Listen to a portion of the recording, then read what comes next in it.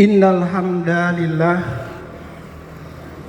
nahmaduhu wa nasta'inuhu wa nastaghfiruh wa na'udzu billahi min shururi anfusina wa min sayyiati a'malina.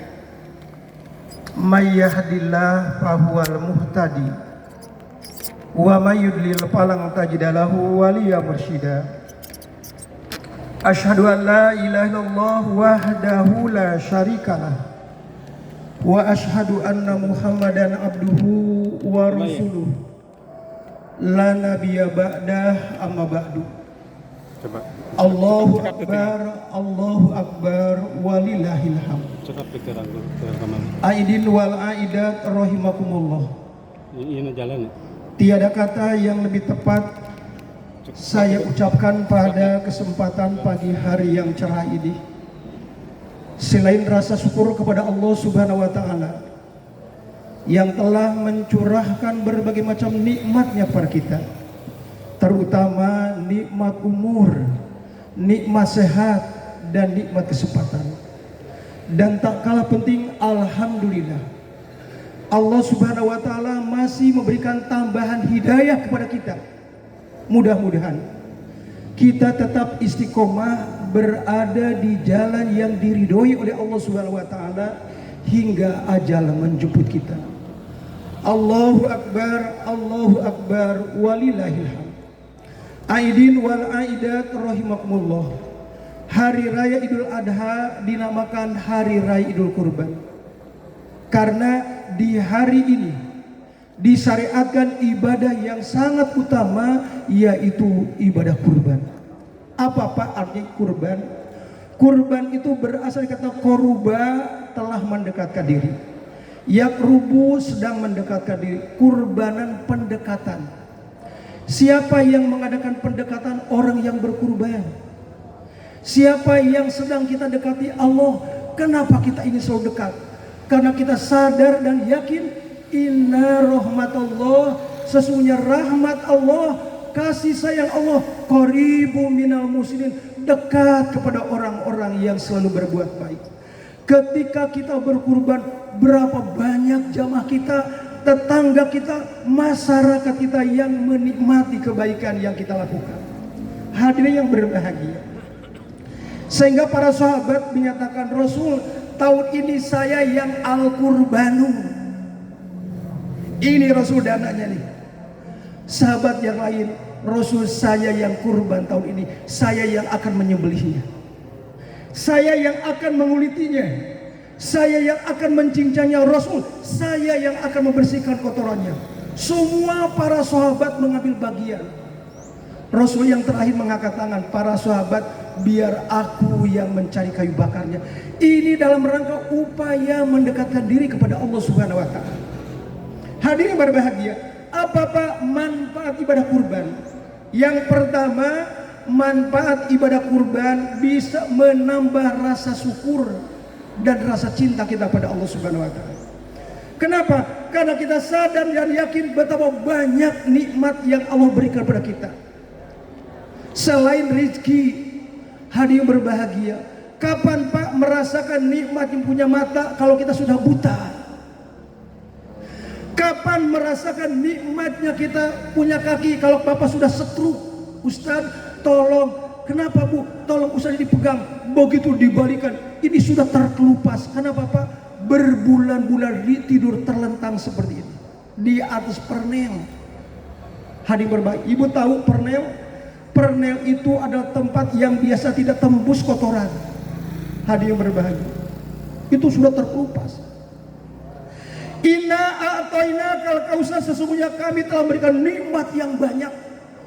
Wa in ta'udhu nikmat Allah, seandainya kamu menghitung nikmat yang Allah berikan, enggak mungkin bisa menghitung.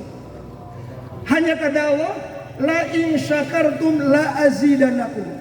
Jika kamu bersyukur terhadap nikmat yang aku berikan, aku akan tambah. Apa-apa yang akan ditambah? Satu, Allah akan menambah pahala. Dua, Allah akan menambah keberkahan hidup. Apa berkah? Berkah itu khairu minallah. Hidup kita semakin khair di mata Allah. manfaat ibadah kurban bisa menambah berkah, hidup lebih berkah. Keberkahan apa yang kita inginkan? Yang pertama, ingin diberikan umur yang berkah, Pak. Kalau Bapak diberi umur panjang tapi tidak berkah, berat.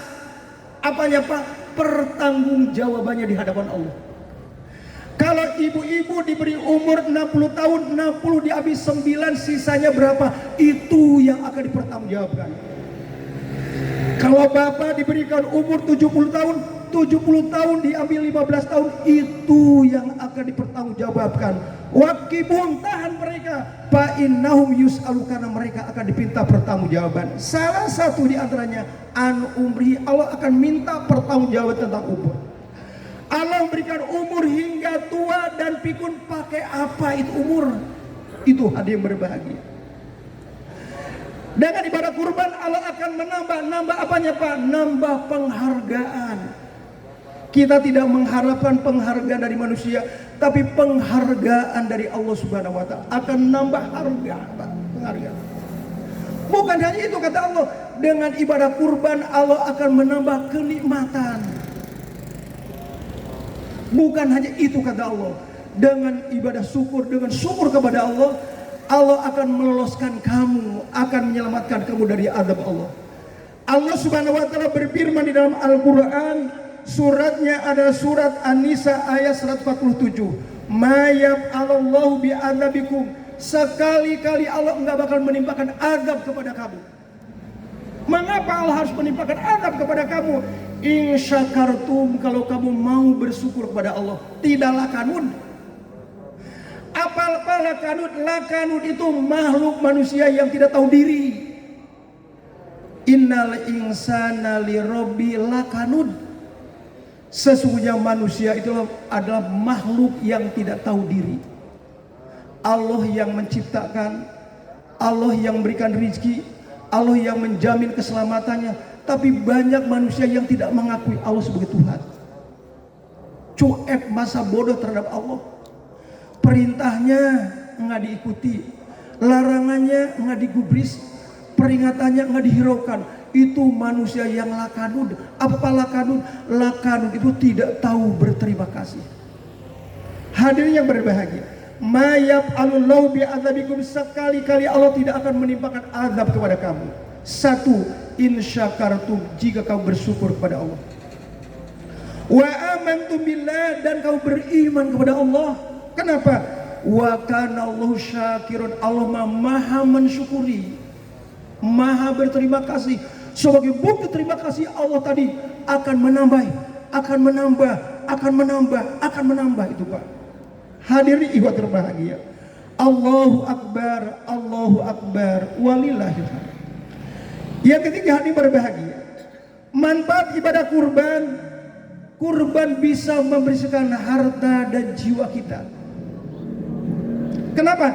Karena ternyata dalam harta kita ada hak orang lain. Hadirin berbahagia, ada yang wajib dikeluarkan setahun sekali, kurban namanya. Ada yang wajib dikeluarkan setahun sekali, zakat fitrah namanya. Ada yang wajib dikeluarkan setahun sekali, zakat simpanan namanya, Pak. Wa atum, berikan pada mereka min malillah, sebagian harta Allah yang Allah anugerahkan pada kamu. Kalau pengen berkah, Pak, terutama Allah mengingatkan, wa man qudira alaihi rizqahu, siapa yang merasa dibatasi rezekinya oleh Allah, coba infakkan sebagian.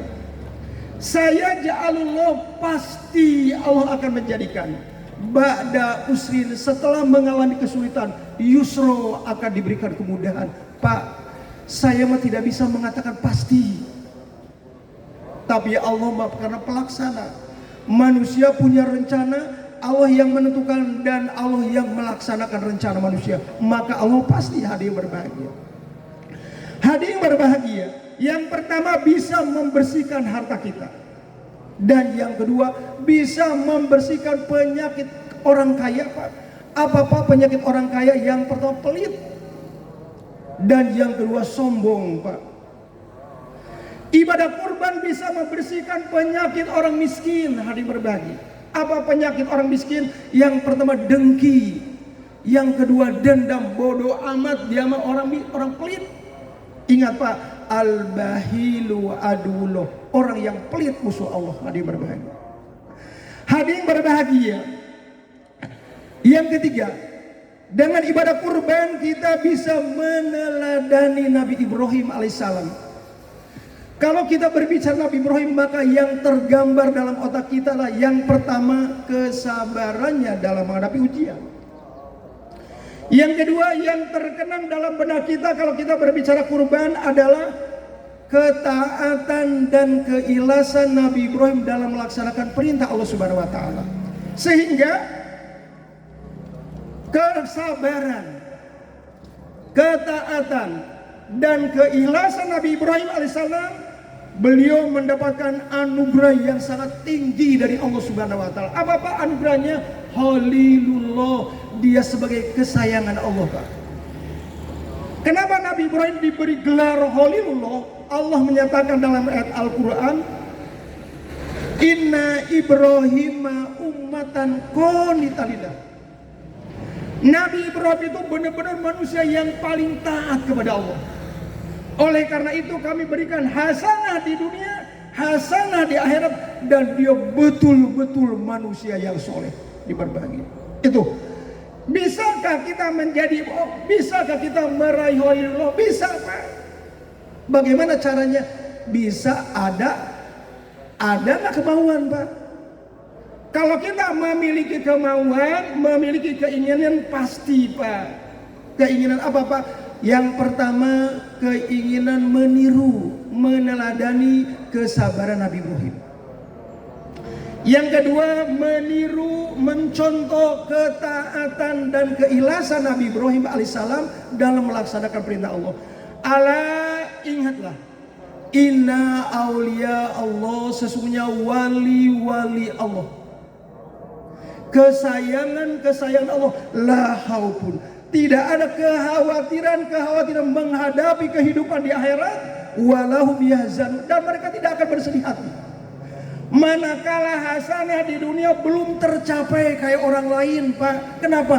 Kita punya keyakinan, punya kesadaran, punya keimanan bahwa hidup yang sebenarnya bukan di Cikampek, hidup yang sebenarnya bukan di Kota Baru, hidup yang sebenarnya bukan di Karawang, hidup yang sebenarnya bukan di Bandung, bukan di Garut, tapi wa inna darul akhirah. Sesungguhnya kehidupan di akhirat itu, itulah kehidupan yang sebenarnya. Kalau kamu tahu, hidup tidak akan mati selamanya, sehat tidak akan sakit selamanya, muda tidak akan tua selamanya, bahagia tidak akan sengsara selamanya. Hadirin berbahagia, dalam kitab Miskatul Anwar dijelaskan, Nabi Ibrahim alaihissalam memiliki 1000 kambing, memiliki 300 sapi, dan memiliki 100 unta.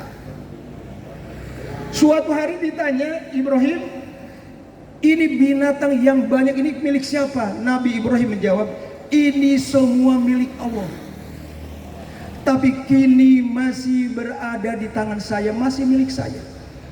Tapi kalau Allah menghendaki, jangankan hanya 1000 ekor kambing, jangankan hanya 300 sapi, jangankan hanya 100 onta, dala anakku yang cuma satu, Pak, anak satunya dari Siti Hajar, yaitu Ismail, jangankan itu semua, dala anakku kalau Allah menghendaki, aku akan serahkan dengan ikhlas. Hadirin berbahagia, kalimat inilah yang menjadi ujian Nabi Ibrahim. Setelah Nabi Ibrahim mengelontarkan kata-kata seperti itu, tak lama kemudian Nabi Ibrahim menerima wahyu dari Allah Subhanahu wa taala.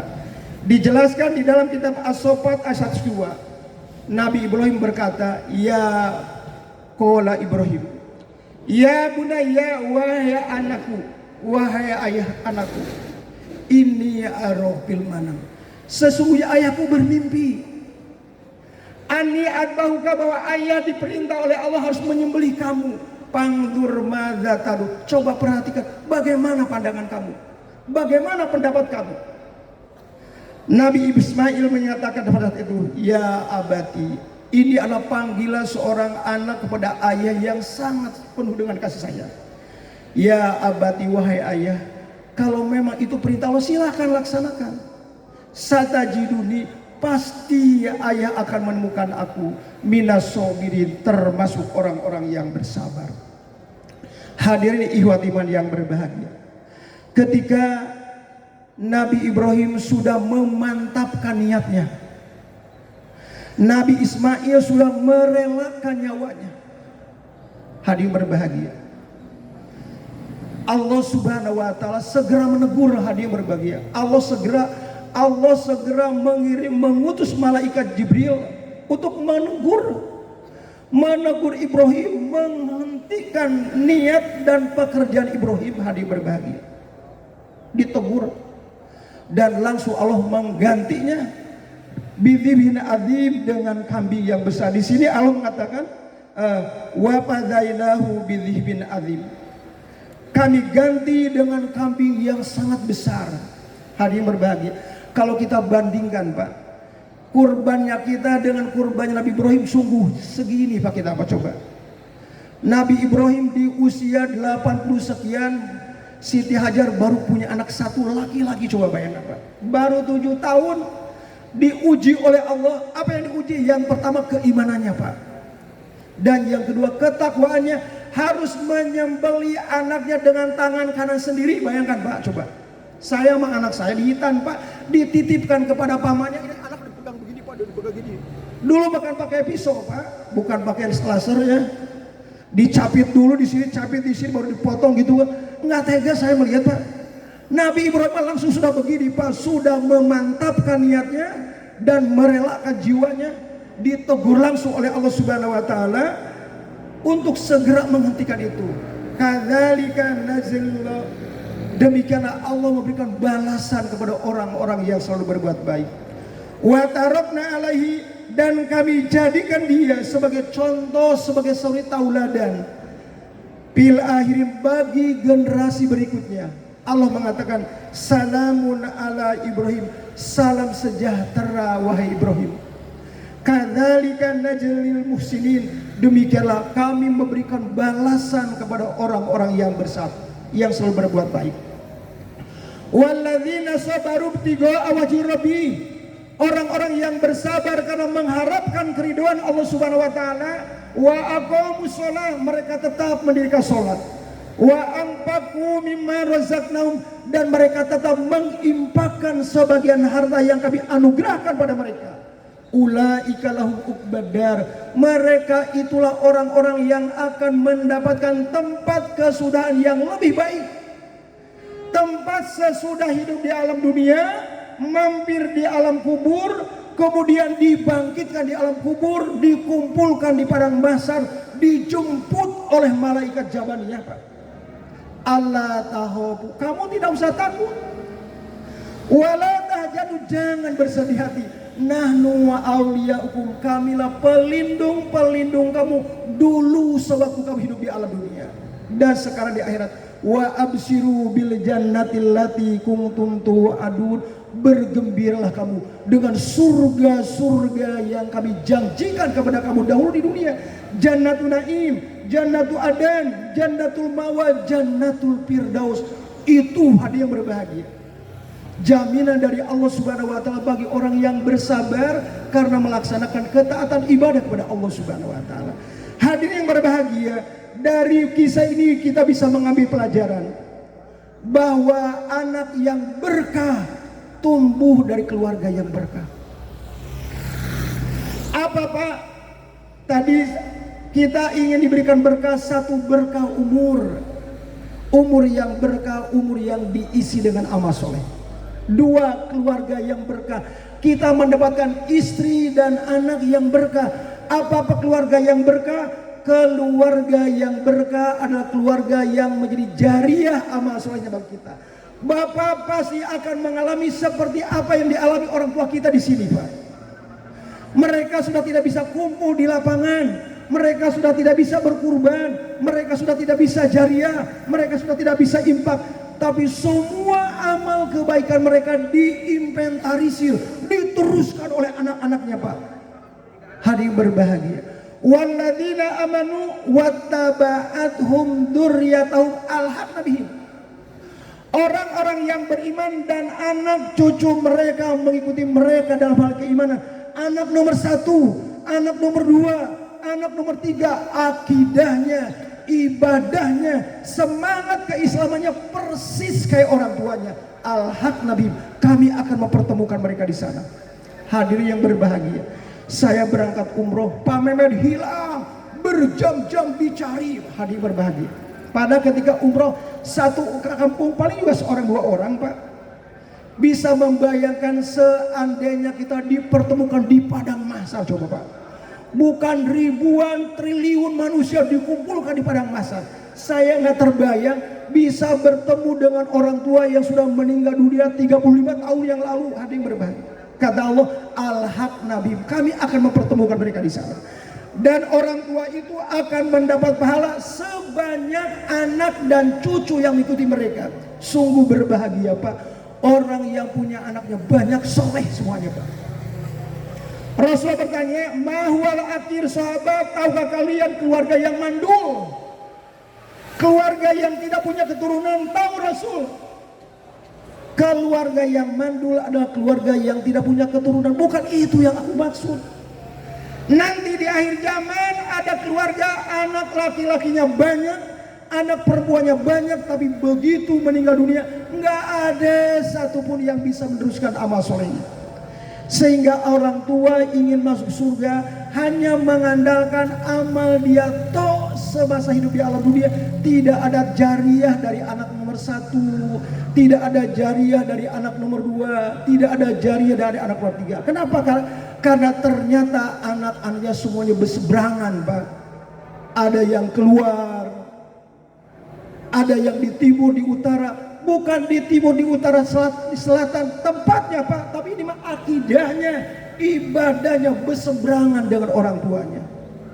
Hadirin berbahagia, na'udzubillah min dalik, kita tidak dijadikan keluarga yang tidak berkah. Hadirin berbahagia, yang pertama keluarga yang berkah adalah berkah umurnya, berkah keluarganya, dan mudah-mudahan kita juga diberikan keberkahan rezekinya. Hadirin berbahagia, sehingga harta, ciri-ciri rezeki yang berkah, yang pertama manfaat, dan yang kedua maslahat. Allahu Akbar, walillahil hamd. Aidin wal aidat rahimakumullah. Demikianlah barangkali khutbah Idul Adha yang dapat kami sampaikan. Kami tidak bisa panjang lebar karena kita punya tugas, Pak. Kalau Idul Adha dipercepat, sementara Idul Fitri diperlambat. Idul Fitri diperlambat karena sudah selesai melaksanakan tugas pembagian zakat fitrah. Sementara Idul Adha dipercepat karena kita akan melaksanakan pemotongan hewan kurban. Mudah-mudahan Bapak tidak jadi penonton, tapi Bapak ikut kurban. Hadirin berbahagia, di Karawang Timur, Pak, banyak yang kurban ketimbang penonton, Pak. Sehingga kurban 4 ekor sapi jam 11, jam 12 sudah selesai. Kenapa? Banyak yang kurbannya ketimbang penontonnya, Pak. Saya bagian ini, saya bagian ini, saya bagian ini. Cepat, Pak, hadirin berbahagia. Mudah-mudahan betul ibu-ibu pada hari ini tidak bisa membersihkan kotorannya, tidak bisa mencincang, tidak bisa menguliti, tapi kan ngirim air kopi kan bisa. Itu kan kurban, Bu. Menyiapkan makanan untuk bapak-bapak yang berkurban, yang sedang mengurus hewan kurban, itu juga kurban, Pak.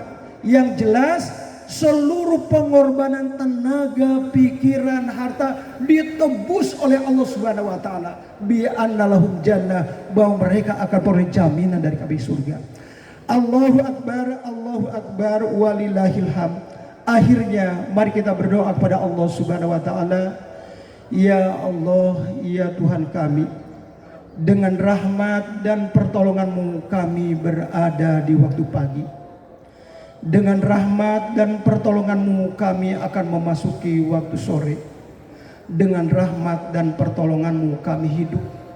Dengan rahmat dan pertolongan-Mu kami akan mati.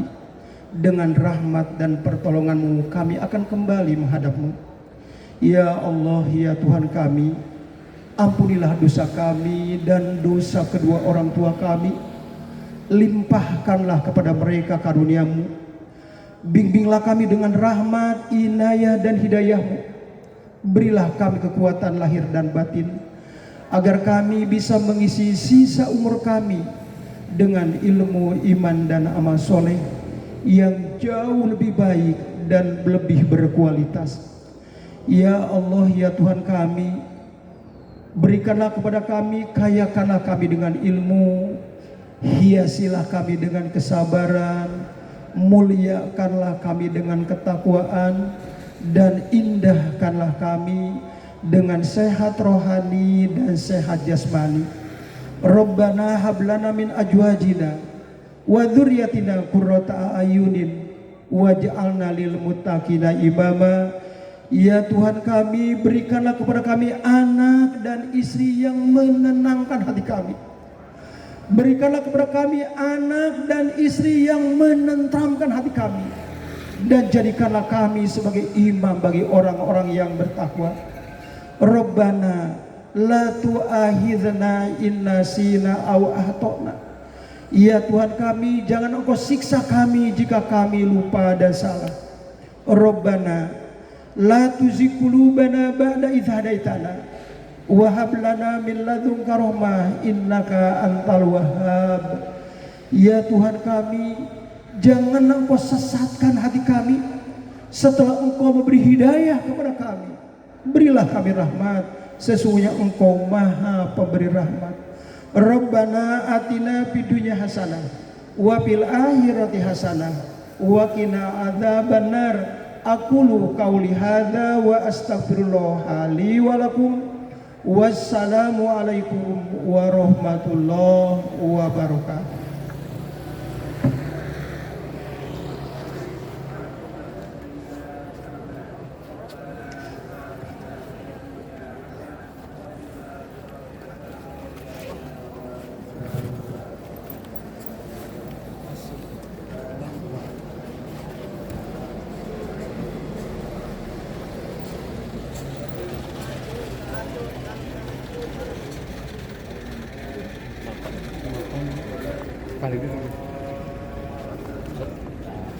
Bang, apa?